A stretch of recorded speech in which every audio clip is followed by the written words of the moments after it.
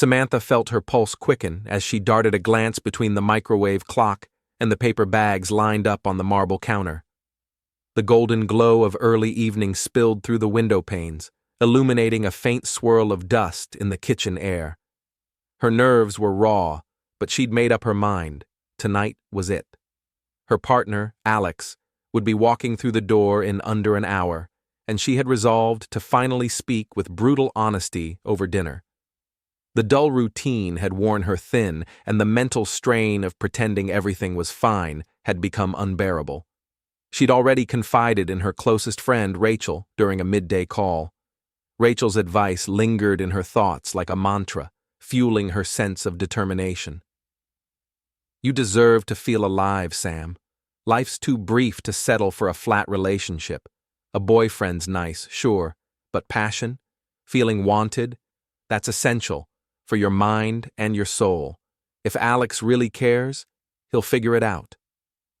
Each time Rachel's words echoed in Samantha's head, a rush of boldness surged through her, as if she were tapping into a hidden truth. Rachel herself was living evidence. She had once boasted, half-drunk on sangria, about managing a handful of affairs, a rotation of Romeos, she had quipped, and still returning home to a committed, happy life. "Alex won't see this coming," Samantha muttered, cracking open a chilled cider to take the edge off. She sipped slowly, then glanced at the time again. 20 minutes left. Drawing in a steadying breath, she walked to the dining table, mentally rehearsing her game plan one more time. Cook his comfort dish, pour his drink, smile with grace, express your truth. Her phone vibrated with a message from Rachel. "Rachel, you've got this, babe.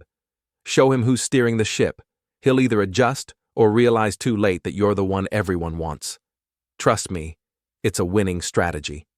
Samantha smirked as she read it, then set the phone down and resumed slicing carrots, trying to ignore the churn in her stomach.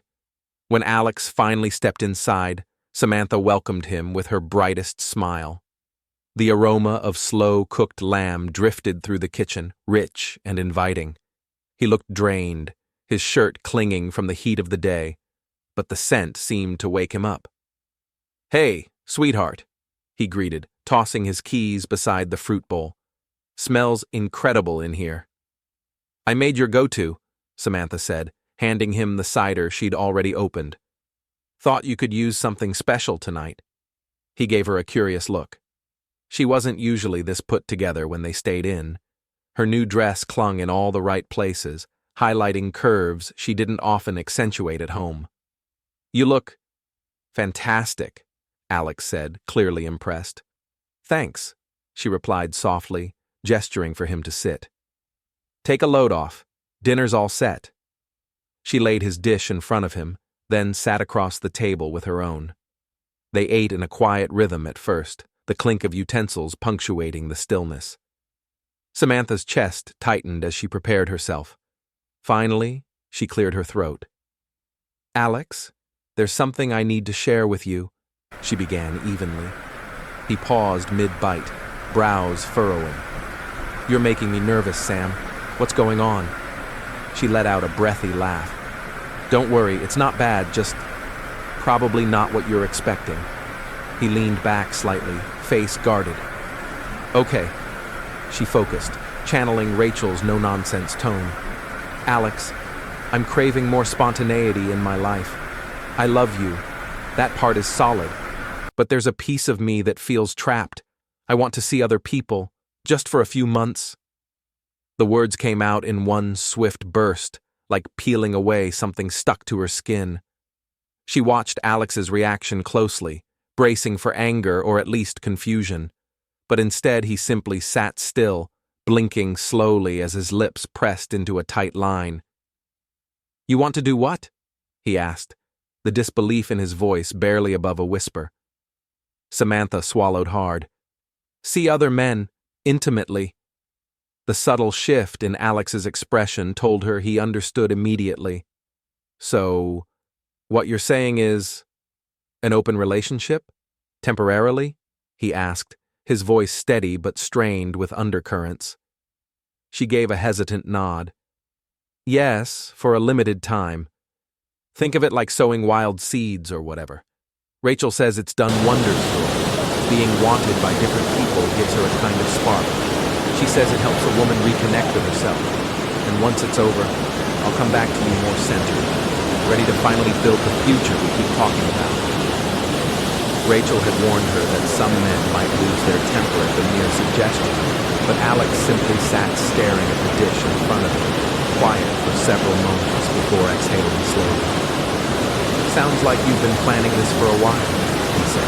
He ran a hand over his short hair with a tentative smile. Rachel, she's the one who's already had two divorces, right? She's had her ups and downs, Samantha replied. Rachel, she's the one who's already had two divorces. She's never been more fulfilled. She's had her ups and downs, gave her clarity. Samantha replied. Her current partner came around eventually. But she swears she's never been more fulfilled. Tensed. These little affairs gave her clarity. Up on me just her current partner came around eventually. That's the conclusion?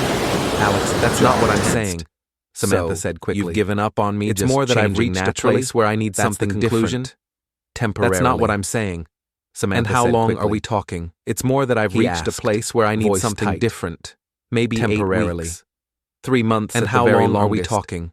After that, asked. Everything goes back to how it was. Maybe 8 weeks. He pushed his 3 months forward, at the very longest. No longer interested in the meal. After that, everything goes back to how it was. As Samantha opened her mouth to speak again, he pushed his plate from the table, no longer interested in the chair back. As Samantha opened her mouth to speak again, then I guess there's nothing left to discuss. And rested his hands on the chair back. She looked up at him, chest tight. If this is truly what you want, she had expected shouting. Then I guess there's nothing left to discuss. Some sign of heartbreak.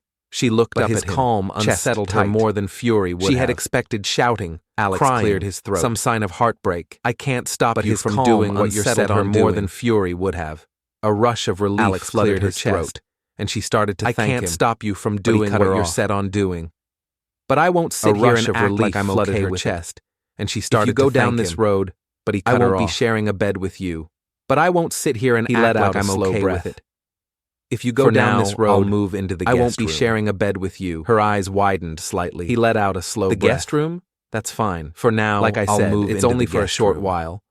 Her eyes widened slightly. He interrupted the guest room, but firmly. That's fine. It's not about convenience. It's only for a short while. I won't sleep beside someone who's sleeping with other people. He interrupted gently, and don't fool yourself into thinking this is not about neat experiment. I won't sleep beside someone who's sleeping with other people. And don't fool yourself into thinking this is some neat experiment. She lowered her voice. Things don't always tidy up the way you think. I'm grateful you're willing to give me space. Choices leave even if you don't love the idea. She lowered her voice. Just make sure it's worth what it might cost. I'm grateful you're willing to give me space before turning away, even if you don't love the idea. He gave a slow nod. Just to make sure it's worth what it might cost, and ascended the staircase without turning away. Samantha gave a slow nod, listening, took a final sip from his disappeared above, and ascended the staircase. A strange blend of nervous exhilaration and uncertain relief churned within her as his footsteps disappeared. She grabbed her phone and typed quickly. A strange blend of nervous exhilaration. He didn't argue. Uncertain relief churned within her, but no blow up. She grabbed her phone and typed quickly. He might come around. Samantha, this could actually work. He didn't argue. A grin tugged at her lips, but no blow up. But she had no inkling of the storm she was about to set in motion. This could actually work. One far wilder grin tugged at her lips, but she had no inkling of the storm she was about to set in motion. It was just after 10, and Alex had already left for the office without saying much. The following morning, she dialed Rachel. Sam. It was just after 10, her tone and Alex had already left for the office to be officially off the leash. Oh, Rachel, morning, Sam. He didn't even get angry. Rachel greeted, her tone light. Said. Pacing slowly to be officially off the leash and the dining table. Oh, Rachel, he didn't even get angry. Moved into the guest room, Samantha said, pacing slowly between the sofa and the dining table. Honestly, it felt eerie how calm he was. Moved into the guest room. Rachel laughed. Didn't shout, didn't argue. Some guys yell, others go mute and lick their wounds. Rachel laughed. Either way, it means they know they're not in charge anymore. Some guys yell, others go mute and lick their wounds the moment he senses someone else is looking at you. Either way, it means they know they're not in charge anymore. Samantha thought about Rachel's bold start trying to win you back the moment those nights she described filled with casual flings, surges of desire. Samantha thought about Rachel's bold anecdotes. It always sounded so those nights she described detached, filled with casual flings, liberating, surges of desire and thrilling escapades. You really did that? It always like sounded multiple so guys during the same detached. Week? Liberating, Rachel said with a chuckle. You really did that? There was a weekend last fall when Evan was away on a fishing trip.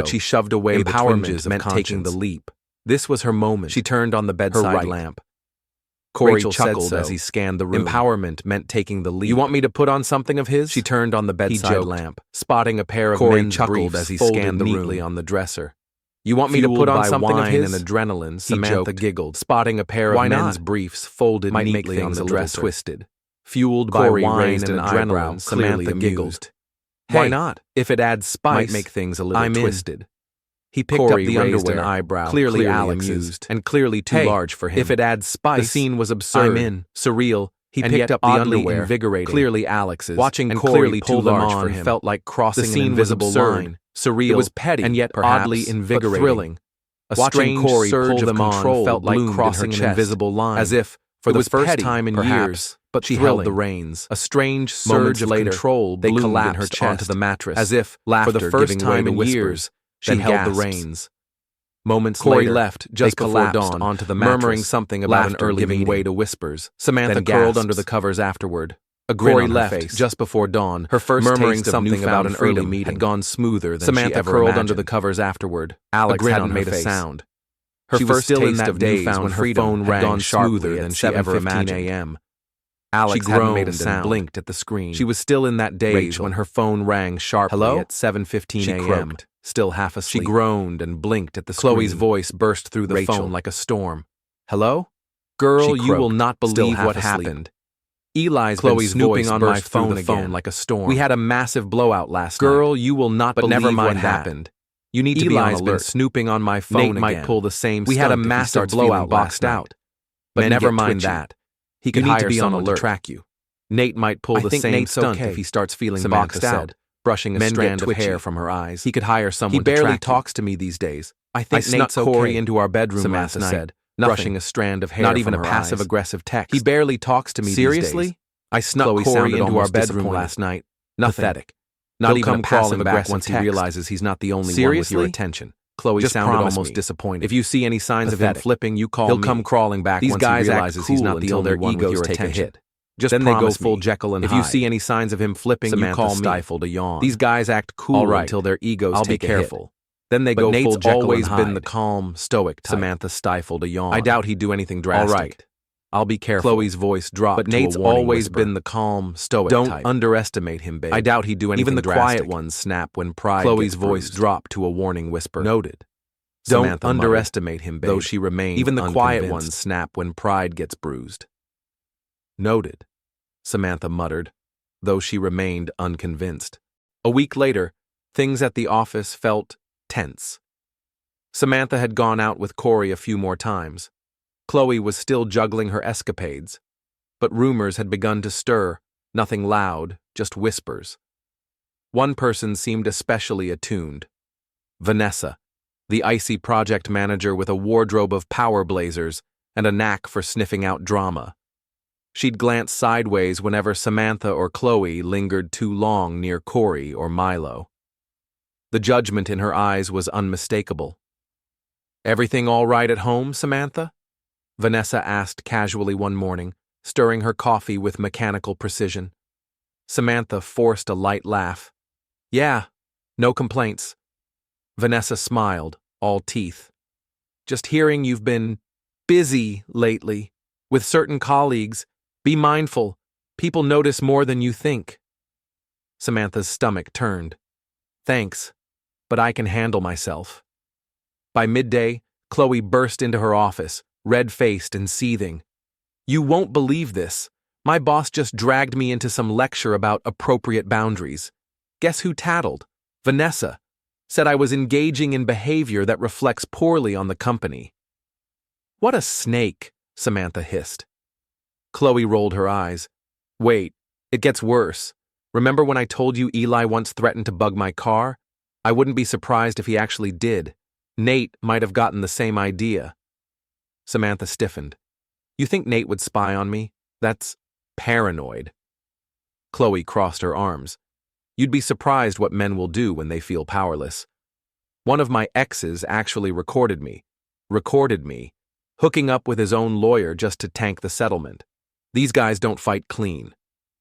Trying to shake off the dread, Samantha reminded herself that Nate was nothing like that. He wasn't volatile, just withdrawn. Besides the occasional cold shoulder or heavy silence, he'd barely reacted to her new lifestyle. But later that afternoon, as she and Chloe sat at their usual table in the company cafe, Vanessa strolled up, voice syrupy sweet. "Afternoon, ladies. I assume the two of you are mapping out your weekend adventures with your, gentlemen callers?" Taryn's eyes narrowed to slits. I'm sorry, and exactly how is that any of your business? Danica simply smiled, casting a glance over the lunchroom where a few employees had begun to notice the confrontation. I just thought you'd like a heads up, she said sweetly. Seems the office inbox got a very colorful email, a few audio clips, some videos, quite intimate and starring familiar faces. The air went still. Serena felt her stomach drop. What? She asked, voice thin. What are you talking about? Danica's expression tightened into something viciously pleased. You haven't checked your phone? Well, your boyfriend, or should I say husband, might be more tech-savvy than you realized. Taryn shot to her feet. You liar! Danica lifted a manicured hand. Watch the volume and the language. These clips are detailed. People are talking, repeating everything you probably hoped stayed private. Serena, shaking, fumbled for her phone. It buzzed with a storm of messages and missed calls. One previewed text caught her eye. Hey, Serena. I didn't know how to bring this up, but everyone got a file. It's, you. You need to fix this. No, she whispered, bile rising in her throat. Alec wouldn't. He couldn't do something like this. You sure about that? Danica asked coolly. I've heard rumors, hidden devices, old phones left accidentally in the room. Someone was watching. Or listening. Taryn slammed a palm on the table. Who forwarded it? Who had the audacity to share something like that? Danica shrugged, eyes glinting. I couldn't say. But maybe someone got tired of being made a fool. Serena felt her cheeks blaze. Embarrassment and fury crashed inside her like a tidal wave. I can't believe this is happening, she muttered. Danica gave a final smirk. Believe it, and good luck. Your supervisor's looking for you, both of you actually. With a clack of heels, she turned and walked off, leaving silence and stunned faces in her wake. Serena and Taryn hurried toward the department head's office, only to find the door locked, the muffled sound of a phone call on the other side. Take a seat, came a curt voice from within. I'll be with you shortly. They collapsed into the chairs outside the office, breathing hard. Staff passed by, some peeking discreetly, others whispering openly. Serena saw the spectrum, pity, amusement, disdain, and all she wanted was to disappear. The laughter in the crowd was like a slap, sharp, humiliating, impossible to ignore. Melissa could barely breathe. I don't know what you think you have, she said, her voice cracking. But I didn't sleep with my boss. This is getting way out of hand. The woman sneered, holding her phone high. Really? You think anyone here's going to believe your word over the videos? Her job, I've her already sent reputation, them to HR. her entire Trust life me, was they're very collapsing in interested. real time. Melissa froze. I didn't know Brian Her was job, engaged. her I reputation, swear. she Her said, entire desperate life now. was collapsing If in I had real known- time. Oh, Look, please, I didn't know the Brian woman was snapped. engaged. I Spare swear. me, she You didn't said, care. desperate now. You just wanted If what I you had wanted. known- Like every other selfish little please, cheater, the woman snapped. At that moment, Spare the me. boss's office You didn't door care. opened again. You just and wanted Linda what you emerged, wanted. Like every eyes other wild selfish and little cheater. flushed.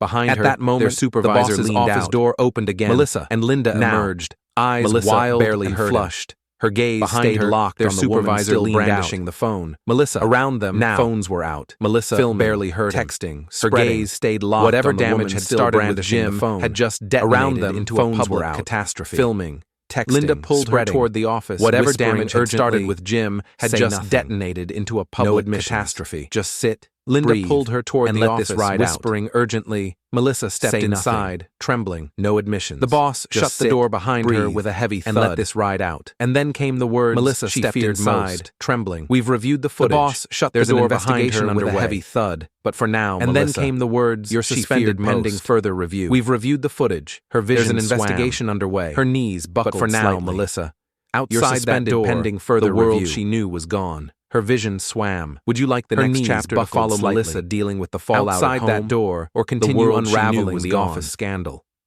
Would you like Melissa the next leaned chapter to forward, follow Melissa cradling dealing her with the face in fallout her at home, hands.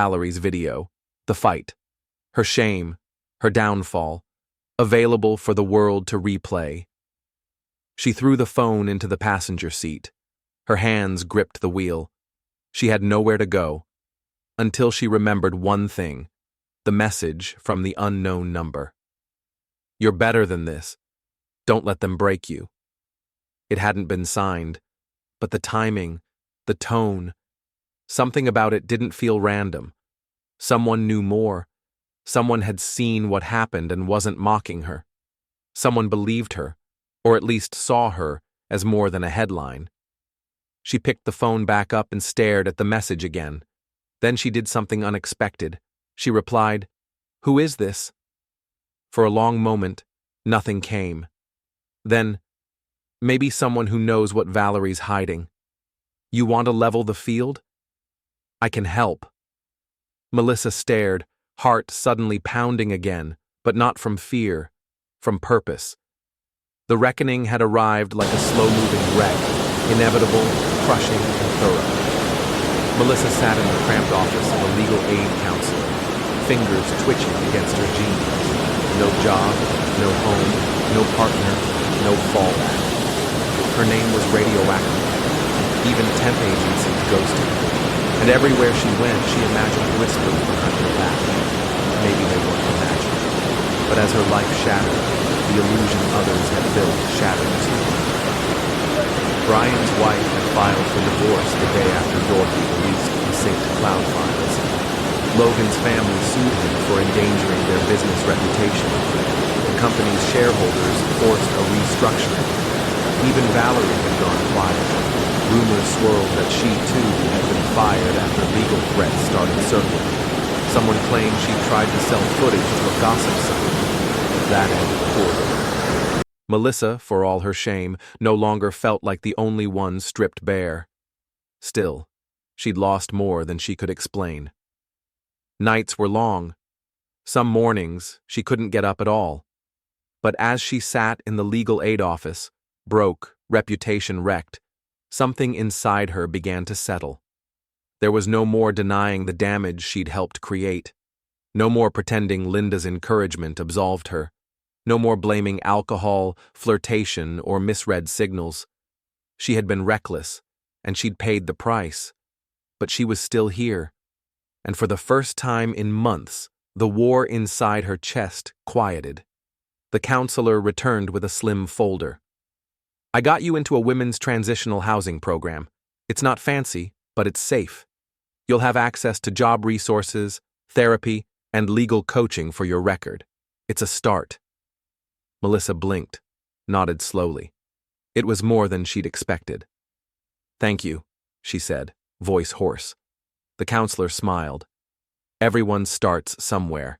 This doesn't have to be the end of your story." Melissa looked down at the folder in her lap, fingers tight around the edges. She'd been vilified, humiliated, abandoned. But for the first time since the chaos began, she had something simple. Not redemption, not revenge, a beginning.